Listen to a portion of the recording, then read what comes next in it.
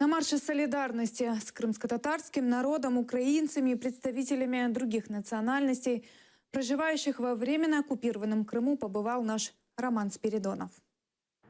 Участники марша солидарности собирались на аллее Героев Небесной Сотни. Они пришли с фотографиями крымчан, политзаключенных, тех, кто пропал без вести или погиб в аннексированном Крыму.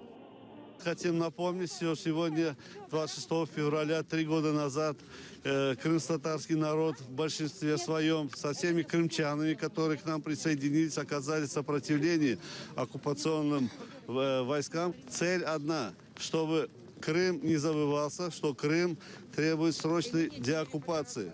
В Крыму остались наши дети, наши сестры и братья, которые подвержены идеологической обработке Кремля. Надо спасать этот народ, надо спасать наше будущее.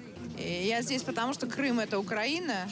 И я с портретом Бориса Немцова, потому что Борис тоже считал, что Крым – это Украина.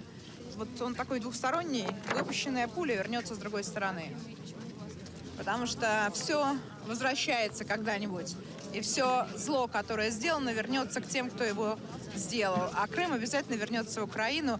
По Институтской до Шелковичной, оттуда на Грушевского колонна прошла под аккомпанемент крымско-татарских и украинских песен.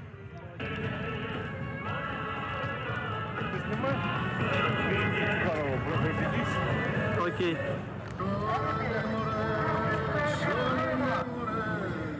Впереди шествия байкеры в знак солидарности. Николай свой мотоцикл украсил крымско-татарской символикой. Крым – это Украина, и это не обсуждается даже. Я это демонстрирую всем, чем могу. Делаю все возможное мерой своих сил. Во главе колонны лидеры Меджлиса, Автомайдана и известные крымчане. Среди них ректор ТНУ Владимир Казарин и нардеп Сергей Куницын.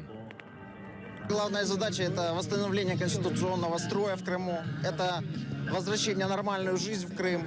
Крым не должен быть полуостровом страха, он должен быть местом, где люди живут дружно, где есть закон. Большое количество людей пострадали от российского репрессивного аппарата. Сколько арестованных, сколько детей остались без отцов. И мы должны сделать все, чтобы напомнить мировому сообществу, Украине, что Крым – это Украина, и мы никогда о нем не забудем и никогда от него не откажемся. С Грушевского на Европейскую площадь. Конечная точка марша – Майдан Независимости.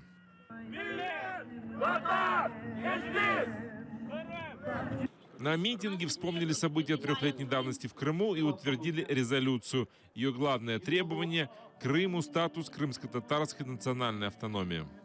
Мы должны серьезно готовиться к деоккупации Крыма. И одним из этих серьезных подготовительных моментов является переформатирование статуса сегодняшней автономии.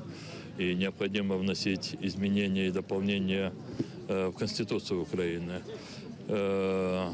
Эту роль должен выполнить президент Украины, и я исхожу из того, что он ее выполнит.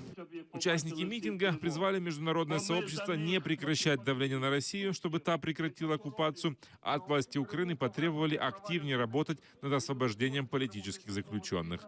Роман Спиридонов, Асан Аминов, Ислам Пинка, Заман, АТР.